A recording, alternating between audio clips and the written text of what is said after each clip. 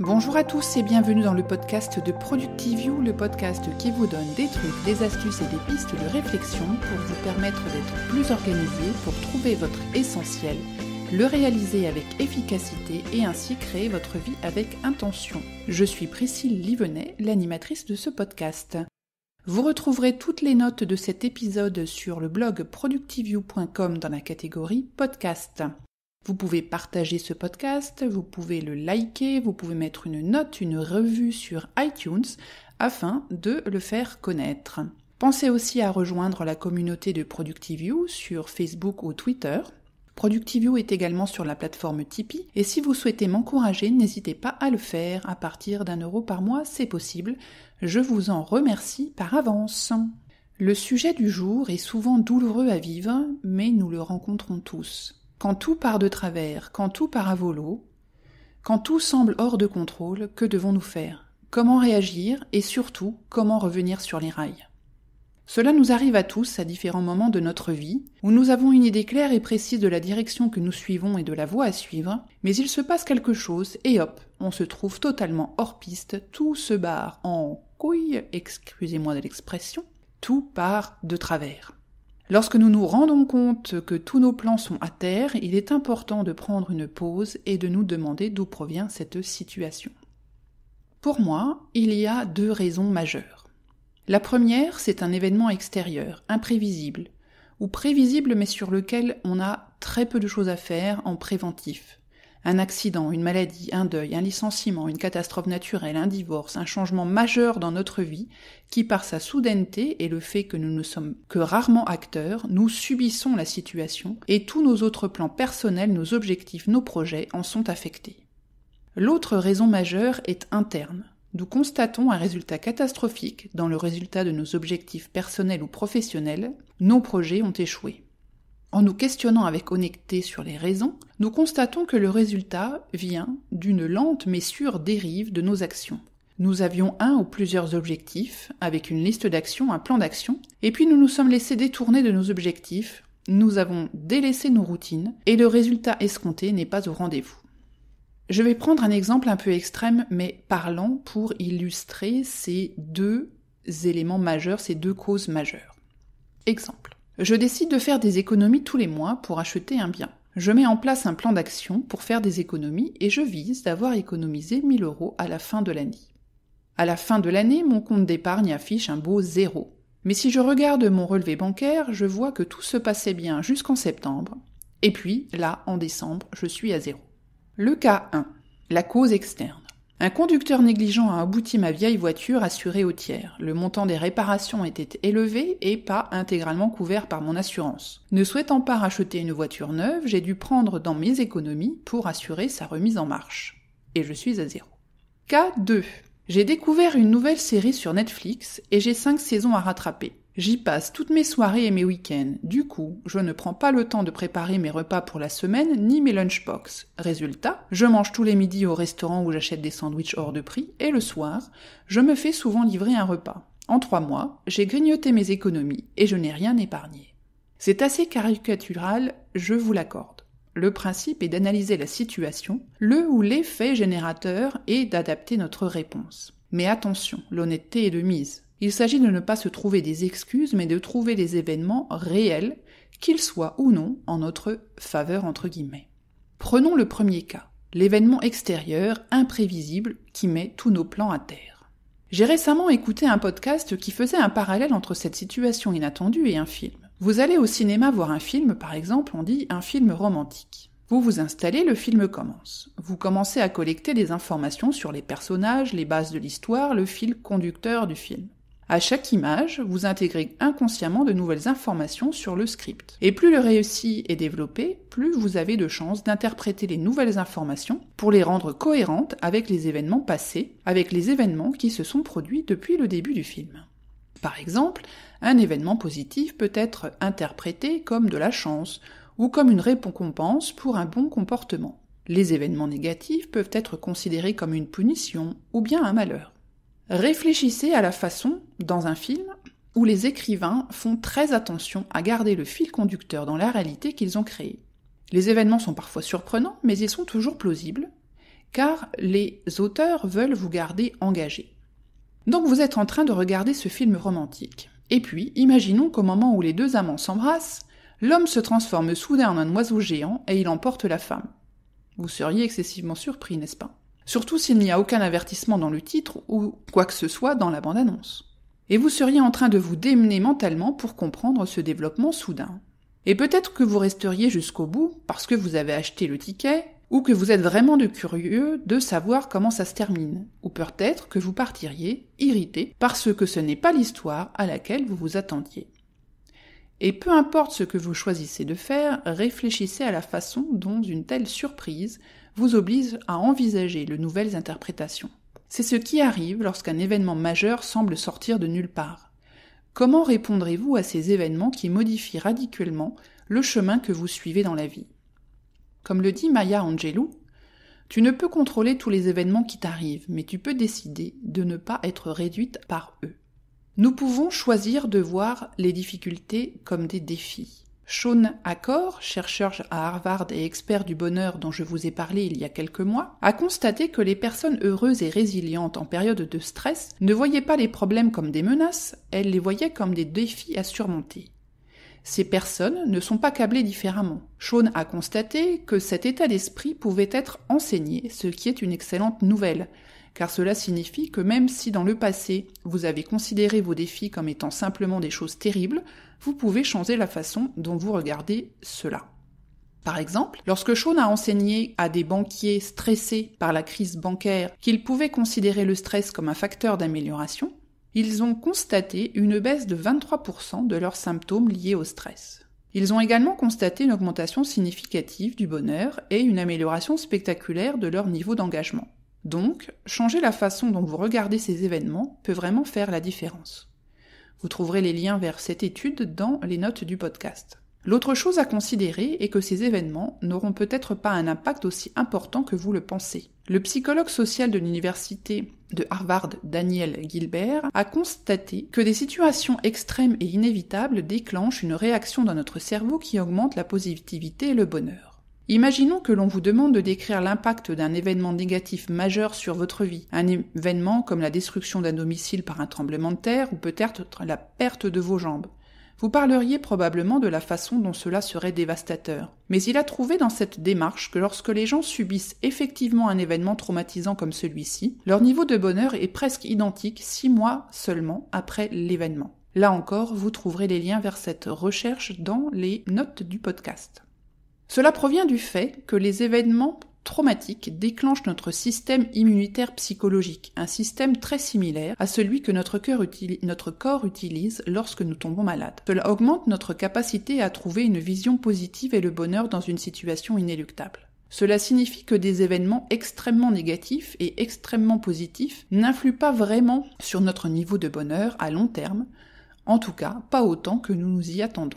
C'est ce que l'on appelle le biais d'impact. Nous avons tendance à surestimer la longueur et l'intensité du bonheur que causent des événements majeurs. Lorsque les difficultés surviennent, nous avons tendance à nous concentrer sur les difficultés et non sur les autres expériences de la vie. Mais nous pouvons aussi apprendre des choses quand les choses vont mal, n'est-ce pas? Lorsque quelque chose ne va pas, bien sûr, on peut tous s'en passer, et on peut décider de ruiner la journée de notre entourage parce que la nôtre, elle a été, mais dans ce cas, nous n'aurions rien appris. Et nous aurions causé de la négativité dans notre environnement. Quand les choses tournent mal, c'est l'occasion de faire un choix. Respirez profondément et arrêtez toute voix de victime dans votre tête. Ces voix disent des choses comme « Pourquoi moi ? Comment cela se fait-il que je doive toujours faire face à des choses comme ça ?» Examinez attentivement le moment et prenez une décision, comme choisir de le voir comme un défi. Un défi que vous pouvez surmonter plutôt que comme un simple revers. Nos plans subissent souvent des avaries d'une manière ou d'une autre. Et choisir de relever le défi comme une opportunité de grandir et d'apprendre et de mettre vos compétences au travail sera toujours votre meilleure option. Se plaindre et s'inquiéter ne change rien, sauf que vous augmentez votre niveau de stress. Passer la journée à se plaindre ne va pas changer les choses pour demain. Prendre des mesures à la place et apporter un changement, oui. Je le vois beaucoup dans les médias sociaux, où les gens se plaignent de différentes choses, et je me demande souvent s'ils ont même essayé de résoudre la situation. Ont-ils pris des mesures pour résoudre le problème ou se plaignent-ils simplement pour se plaindre ?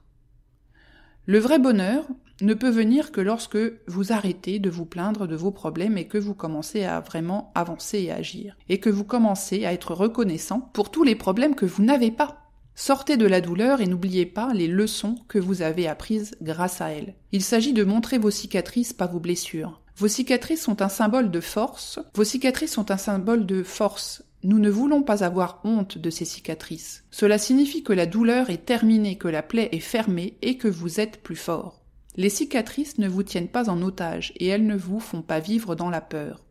Vous ne pouvez pas faire disparaître vos cicatrices, mais vous pouvez changer la façon dont vous les voyez. Les cicatrices peuvent être belles. La meilleure chose à faire est de continuer à avancer. Vous n'échouez que si vous ne récupérez pas et abandonnez. Les meilleures leçons viendront des pires moments et des pires erreurs. Il y aura des moments où tout se passera comme si tout allait mal, et parfois, vous devez passer par là pour arriver à votre mieux. Abandonner parce que vous savez que vous avez fait quelques mauvais choix n'est pas vraiment une option. En essayant de votre mieux malgré ce fait, c'est ainsi que nous apprenons et nous développons la résilience. Il y a plusieurs façons d'aller de l'avant quand on a le sentiment que tout a mal tourné. Et il est parfois difficile de se relever. Je suis passé par là, vous êtes passé par là, et nous savons que c'est difficile. La première chose à faire est de repenser à ce dont nous avons parlé avec les histoires de cinéma. Prenons un exemple. Certains des films les plus populaires, des films que nous aimons, racontent des histoires de rédemption.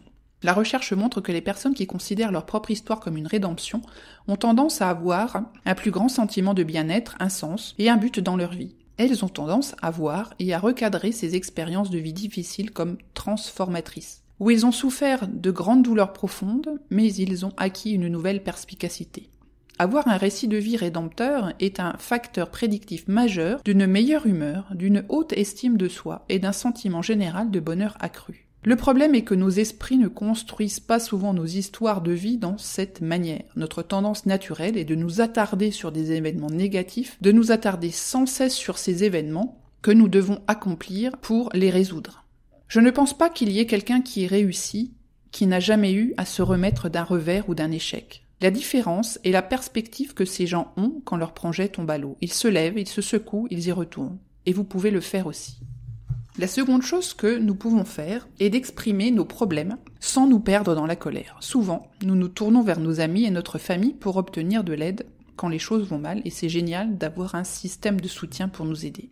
Mais cela ne signifie pas qu'ils devraient supporter notre colère. Prenez quelques minutes pour vous calmer, afin que vous puissiez expliquer les problèmes clairement sans laisser la colère prendre le contrôle de vous. Dans une idée similaire, ne traînez pas vos amis avec vos problèmes. Présentez les problèmes, écoutez leurs avis et passez à autre chose. Commencez à vous dépoussiérer, à vous secouer vous aussi. Vos amis ont eux-mêmes des problèmes dont ils aimeraient parler. Alors essayez d'échanger vos conseils avec eux. C'est donner et recevoir. Et ne tombez pas dans le piège de l'apitoiement, ne devenez pas ces personnes qui sont tellement centrées sur leurs propres problèmes qu'elles n'écoutent plus leurs amis, ce qu'ils ont à dire ou à traverser. La troisième chose à faire est de prendre une pause. Mais ne fuyez pas vos problèmes. Il est peut-être difficile de se pencher sur un problème et de s'inquiéter de la solution, et parfois la meilleure chose à faire est de prendre un peu de recul.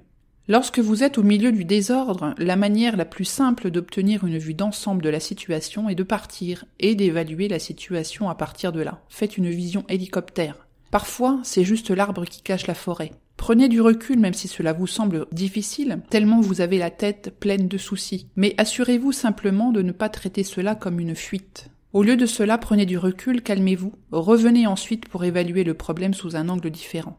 Cela peut être un outil très puissant. Si l'on revient au cas numéro 2, là où la situation s'est détériorée de notre propre fait, si nous avons perdu de vue notre objectif, que nous nous sommes laissés distraire par une autre activité, c'est qu'il est peut-être temps de nous questionner sur cet objectif, et peut-être sur d'autres. Parfois nous sommes tellement pris dans le processus de réalisation de nos objectifs que nous perdons de vue nos objectifs eux-mêmes. Au lieu d'essayer de rattraper ce qui n'a pas été fait, asseyez-vous, rappelez-vous ce que vous avez décidé de faire en premier lieu et pourquoi. Pourquoi est-ce si important pour vous? Qu'est-ce qui vous a motivé à choisir cet objectif? Quel est votre pourquoi? Si vous avez laissé tomber cet objectif, est-il vraiment aussi important?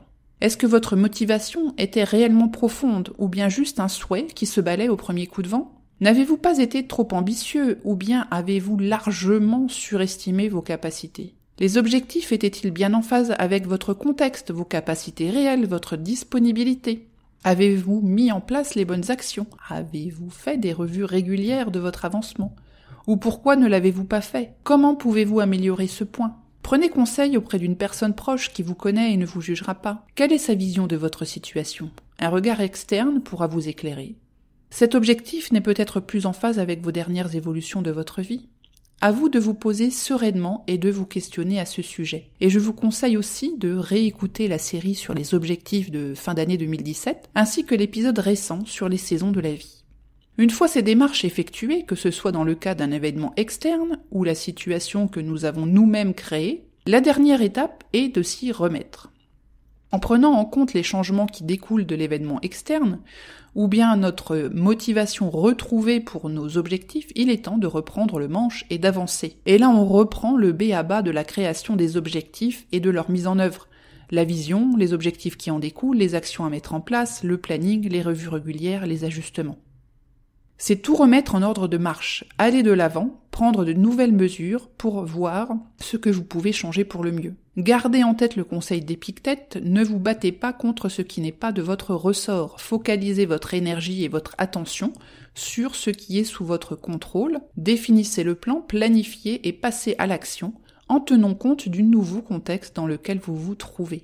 Ajuster ses voiles pour trouver le vent, ce n'est pas abandonner ou faire demi-tour, c'est juste s'adapter. Et s'adapter, c'est ce qui nous maintient en vie, nous permet d'avancer, tout en gardant les yeux posés sur l'endroit à atteindre.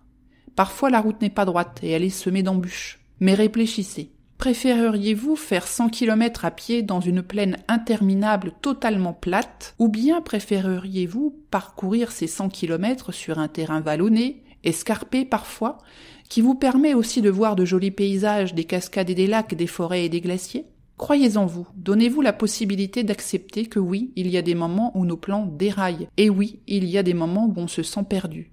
Mais ça va aller, tout ça fait partie de notre histoire. Et même si certaines des choses que nous traversons ne sont peut-être pas des choses que nous souhaitons revivre, elles sont importantes sur la voie de la formation de ce que nous voulons vraiment être. Un dernier mot pour celles et ceux qui m'écoutent et qui sentent ou constatent que leur vie est en vrac depuis longtemps et qui aimeraient prendre les choses en main. J'ai été dans cette situation il y a plusieurs années avec une vie qui ressemblait plus à une survie au quotidien, une longue liste de problèmes petits ou grands et un immense sentiment d'impuissance. On peut s'en sortir avec de la patience. Tout ne s'est pas écroulé en un jour, tout ne se construit pas en un jour. Identifiez le domaine qui est le plus critique pour vous et concentrez-vous sur ce domaine.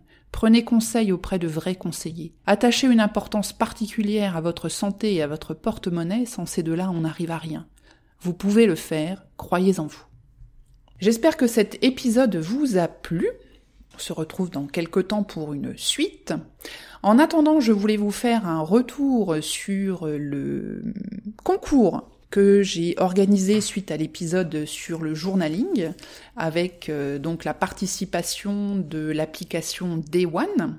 Alors nous avons eu un certain nombre de personnes qui ont partagé la publication, donc je remercie toutes celles qui l'ont fait pour leur soutien et puis d'avoir participé à ce petit jeu. Et donc nous avons 3 gagnants. Alors ces 3 gagnants, je vais donc les inviter à prendre contact avec moi sur contact@productiveyou.com ou bien Priscille Livenet tout attaché @productiveyou.com pour qu'elles me donnent leur adresse mail ainsi que leur, pour ceux qui sont déjà abonnés à Day One, leur identifiant. C'est ce qu'on trouve dans l'application, dans les settings. Vous allez trouver un grand numéro qui correspond à votre identifiant. Donc si vous êtes déjà abonné, il faudra me donner ce numéro en même temps que votre adresse mail. Alors parmi les gagnants, nous avons la page Boulette Journal Minimaliste, que je remercie.